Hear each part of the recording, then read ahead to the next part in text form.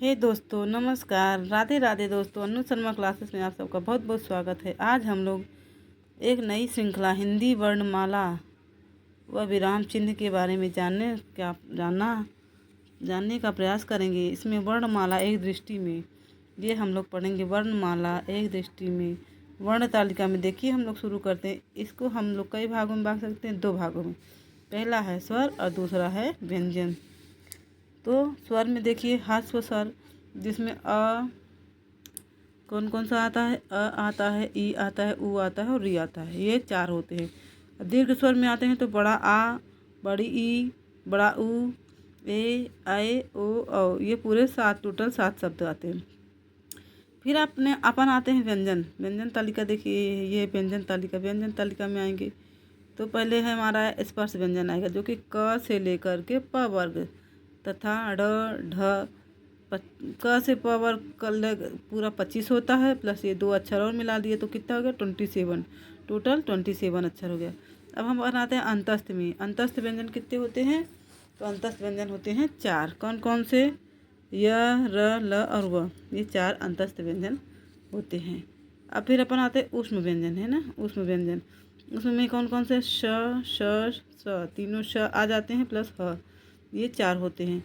फिर अपन आते हैं आगत में। आगत में देखिए कौन सा? ज, फ, क्योंकि नीचे नुक्ता लगा रहता है ना, इसलिए इसको ज और फ पढ़ेंगे। तो ये आगत स्वर कितने होते हैं? 2 स्वर होते हैं आगत। फिर अपन पढ़ेंगे संयुक्त। संयुक्त स्वर कितने? छ, त्रंग, ज्ञ और स्र, ये मिला के 4। तो टोटल हमारा कितना हो गया? स्वर की संख्या कितनी हो गई? 11। और व्यंजन की संख्या कितनी हो गई? 41। तो टोटल मिला के कितना हो गया? 52, मतलब 52 अक्षर। अपन आते हैं, ये देखिए छोटा सा नोट लिखा हुआ है। नोट मतलब हिंदी वर्णमाला में मूल व्यंजन कितने होते हैं? 33 व्यंजन कैसे हैं? मूल है। इसके अतिरिक्त 2 उच्छिष्ट व्यंजन है, 2 अयोगवाह एवं 4 संयुक्ताक्षर व्यंजन है। इनमें 11 मूल स्वरों को मिला देने पर हिंदी वर्णमाला में कुल 52 वर्ण हो जाते हैं। ये हमारा हिंदी वर्णमाला हुआ। अब हम लोग स्वरों का वर्गीकरण व उच्चारण स्थान देखेंगे। तो ये देखिए हमने एक छोटी सी तालिका बनाई है, जिसमें वर्ण, नाम, उच्चारण स्थान, ह्रस्व, दीर्घ, निरनुनासिक जिसको मौखिक स्वर कहते हैं, और अनुनासिक स्वर के बारे में जानेंगे। ये तालिका आप लोग देखिए, बहुत महत्वपूर्ण तालिका है। इसमें स्वरों के बारे में बताएगा।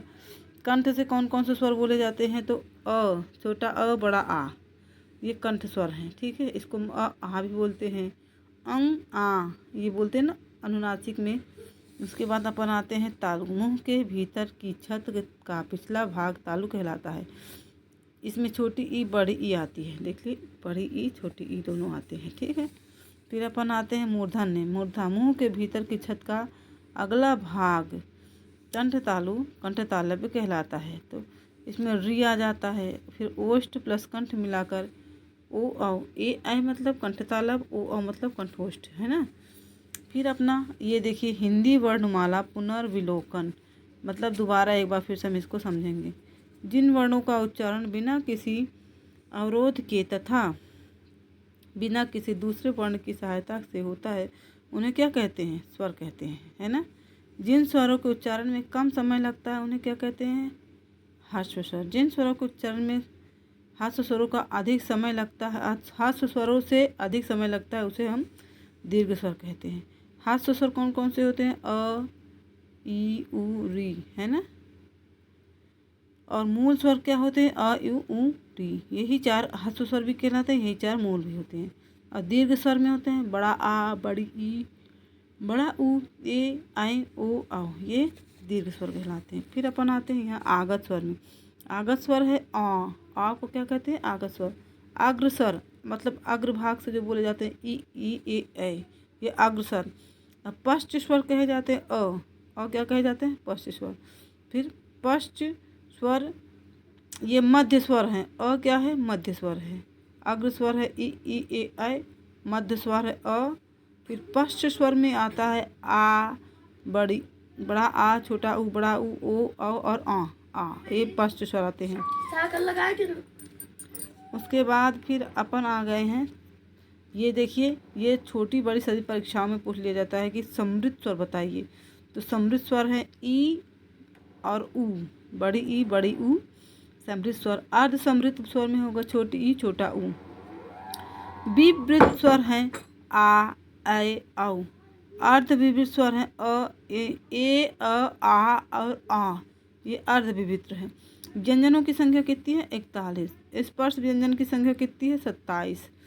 अंतस्थ व्यंजनों की संख्या कितनी है? 4। ऊष्म व्यंजनों की संख्या कितनी है? तो 4।